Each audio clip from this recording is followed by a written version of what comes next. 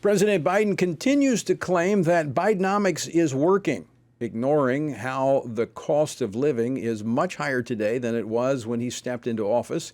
And the president continues to claim credit for bringing down the deficit after a year of record COVID spending.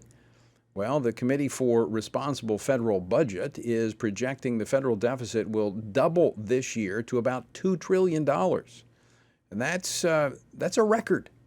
Never before, in the absence of a national emergency or a world war, have we seen such a large increase in the deficit.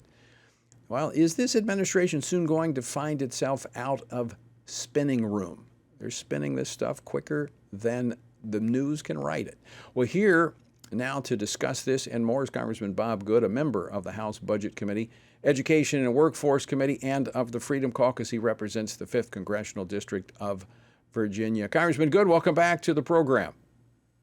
Great to be with you, Tony. Thanks for having me again.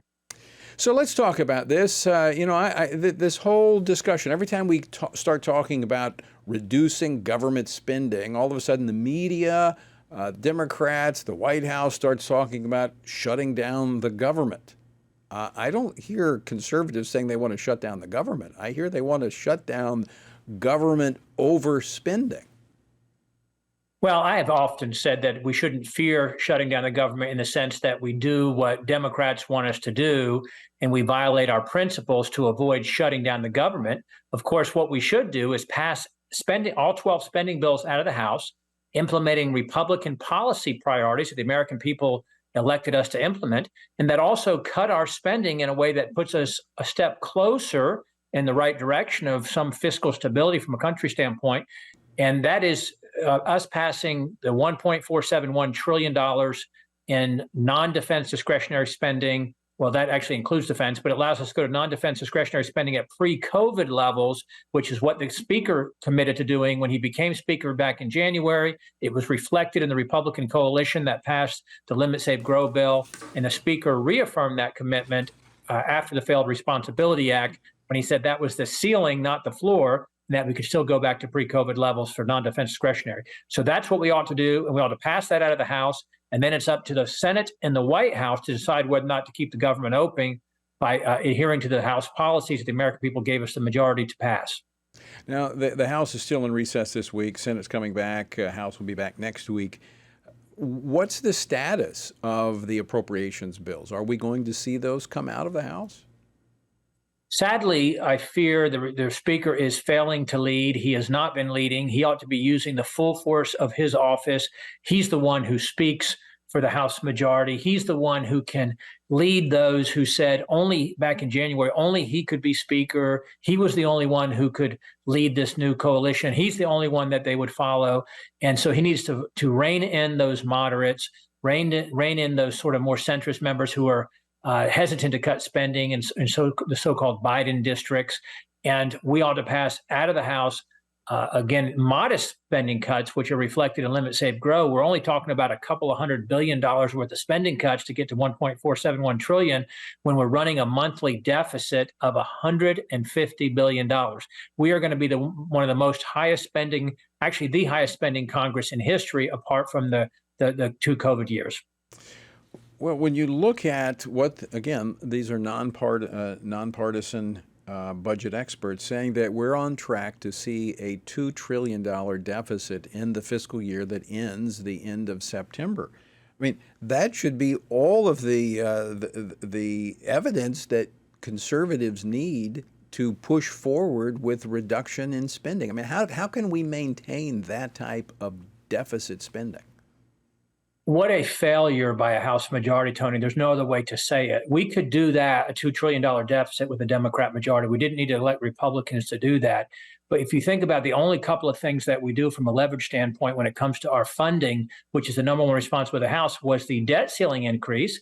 And Republican leadership failed us on the debt agreement with the president and with the Senate, where we raised the debt ceiling to an unlimited amount through January of 25, as much as Republicans and Democrats can gleefully come together and spend over the next, at that point, year and a half with no conditions. Secondly, we've got the appropriations process where we have the annual spending bills that are our responsibility to pass. We've only passed 1 out of 12. And the reason why we haven't passed them is that we don't have unanimous or near unanimous Republican support to cut our spending. And that is a violation of the trust the American people placed in us when they gave us the majority. It's a violation of the principles upon which we ran.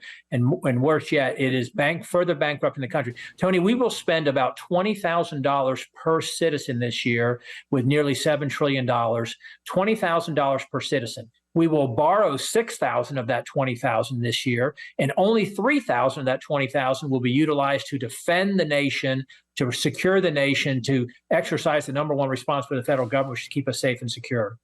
So, Congressman Good, should the American people be more concerned about the government going bankrupt at this rate of spending than a temporary government shutdown, if it comes to that, in terms of conservatives negotiating for spending reductions? If the House does its job and passes our bills that implement our priorities and cut spending, then it's up to the Senate and the White House to keep the government open by agreeing to those conditions that come out of the House, which reflects where the American people are based on that majority. That said, no, we should not fear a government shutdown. Most of what we do in Washington is bad anyway. Most Americans won't even miss it. The government is shut down. About 85% of operations continue anyway. And also, Tony, no one should be distracted or fooled by these efforts by Republican leadership to say, well, if we shut down the government, then we can't continue impeachment inquiry towards the president. We can't continue our oversight. That is simply not true. The Speaker can keep those inquiries and those efforts going. It only would be he that would declare those non-essential if he wanted to, and hopefully he would not do that. And again, to be very clear, it's not the Republicans that would go for a government shutdown or would trigger a government shutdown. What the Democrats are saying, if you don't come along with us, we're going to shut down the government. We're going to blame you. Well, we know that's the same old song, just a different verse this time. But again, I've often said you have to have walk-away leverage. We've got to be willing to say no. We've got to be willing to stare down the Democrats, the White House, and the Senate, and and I tell the Speaker he could be a transformational, historic Speaker. That's the first one that does that in 30 years. And let's have the Democrats cave for once because they're addicted to government, they're addicted to spending, and let's refuse to go along to get along, and let's do what the American people elected us to do. So 20 seconds left, Congressman Good. What should our listeners and viewers be doing as the House comes back next week? Well, if they have a Republican Congress member and a Republican senator, they need to be making their voice heard, that they expect us to do our job and to cut our spending and to take a step towards fiscal responsibility by passing Republican bills to implement our policies and cut our spending. Straightforward. Sounds good to me. Congressman Bob Good, always great to see you. Thanks so much for taking time to join us today. Thank you, Tony. Great to be with you.